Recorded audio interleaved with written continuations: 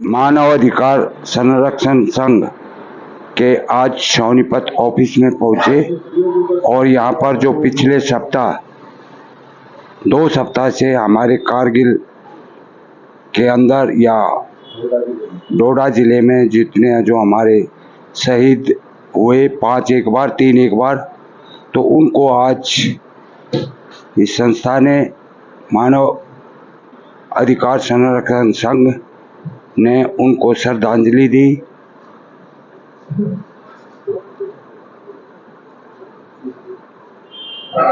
मुख्य अतिथि जयप्रकाश जी हैं हमारे, जो आयुर्वेदा के पतंजलि के पदाधिकारी भी हैं। हमारे जयवीर गहलावत जी,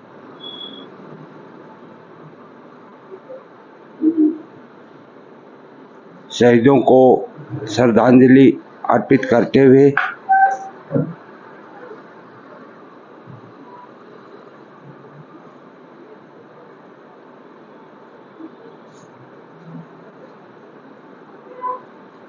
हमारे डॉक्टर श्री भगवान जी गुप्ता जी,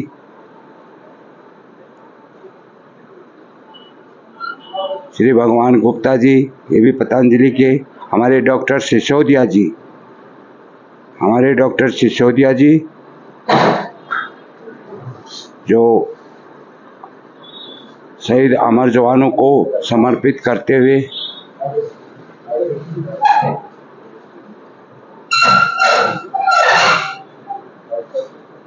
वह पूरी टीम, मानव अधिकार संरक्षण संघ की पूरी टीम, वह सोनीपत के पूरे गणमान्य व्यक्ति,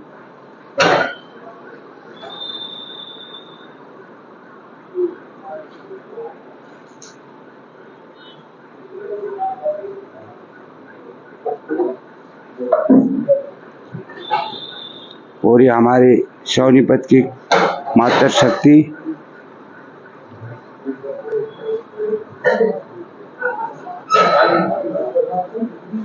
ये पूरी टीम मानव अधिकार संरक्षण संघ जिला सोनीपत के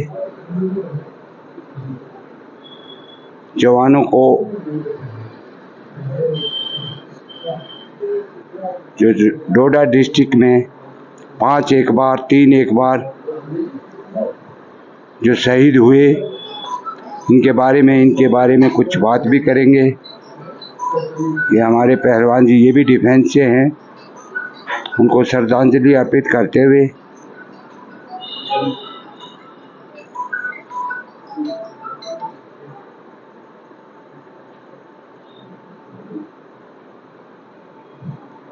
हमारे डॉक्टर सिसोदिया जी हैं, इनके बारे में भी पूछेंगे।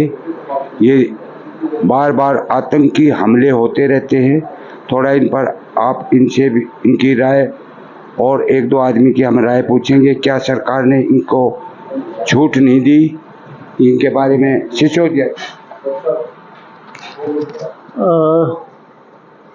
मानवाधिकार संरक्षण संघ जो अमर शहीद हैं उनको भावपूर्ण श्रद्धांजलि अर्पित करता है और परमपिता परमात्मा से ये प्रार्थना भी करता है कि भगवान उनको अपने श्री चरणों में जगह दे, और जो परिवार को एक बहुत बड़ा धक्का लगता है, उनके परिवार को ये दुख सहने की शक्ति दे। ये बात सब लोगों को मालूम है कि पिछले कुछ दिनों से आतंकवादी गतिविधियां कश्मीर और कश्मीर से बाहर जम्मू की तरफ भी बढ़ गई हैं। तो इसमें हमारे जवानों की जानें जा रही हैं, उसके पीछे कारण बहुत सारे हो सकते हैं, राजनीतिक कारण भी हैं और दूसरे भी कारण हैं। आतंकवादी घात लगाकर जो सैनिक हमले हैं, सैनिकों पर हमले हैं, उनकी गाड़ियों पर हमले हैं, वो करते हैं और सरकार को, फौज को इस प्रकार की नीतियां और उसमें सुधार करना पड़ेगा, देखना पड़ेगा कि किस प्रकार से इन चीज़ों को रोका जा सकता है। तो हम सब उन परिवारों के साथ हैं जो शहीद हुए हैं देश के लिए, जिन्होंने अपनी कुर्बानियाँ दी हैं, और भगवान से प्रार्थना करते हैं कि उनको अपने श्री चरणों में जगह भी दे। और सरकार से भी हम गुजारिश करते हैं, हालांकि भारत सरकार इस प्रकार की कोई ढिलाई नहीं करती है और सख्त नीति आतंकवाद के खिलाफ है, लेकिन मैं समझता हूं कि जैसे जैसे आतंकवादी अपनी योजनाएं और कार्यविधि बदलते रहते हैं, उस प्रकार से सेना को भी और सरकार को भी निश्चित रूप से उसकी तरफ उनका ध्यान होगा। शुक्रिया। अभी हम मानव अधिकार संरक्षण संघ के अध्यक्ष जयवीर गहलोत जी ये भी कुछ अपने बयान रखेंगे कि ये आतंकवादी हमले बार बार क्यों हो रहे हैं, इनके बारे में कुछ बताएंगे। हाँ जी गहलोत जी। हमारा मानना ये है कि जिस तरह ये आतंकवादी हमले कर रहे हैं उससे हमारे उन जवानों की तो क्षति हुई और परिवार, उनके जो पीछे परिवार रहता है वो बर्बाद होने के कंगार पर होता है, उसको समझा जाए और सरकार ने यथासंभव जितनी कोशिश है उनके बारे में ज़्यादा से ज़्यादा कार्य करना चाहिए, उनकी सुख सुविधाओं का ध्यान रखना चाहिए जो पीछे परिवार रह जाता है। और हमारे जो युवा हैं, जो हमारे और साथी हैं देश के, जो और चाहे वो उनके पेरेंट्स हैं या और जो भाईचारा है, और उन सब की एक ड्यूटी बनती है कि वो उसका ध्यान रखे उस परिवार का। और इस तरह की जो घटना है मानवाधिकार संरक्षण उग्रवादियों ने जो इस तरह के जघन्य अपराध किया है उसकी बहुत घोर निंदा भी करता है और समाज में एक संदेश देना चाहता है कि भाईचारा बनाकर रखें। और जिस तरह जो भी हमें ड्यूटी इस राष्ट्र निर्माण में जो हमें ड्यूटी मिले उसमें अपना यथासंभव सहयोग देने की कोशिश करें। ये जहाँ हमारे अधिकार हैं वहाँ कर्तव्य भी जरूरी है।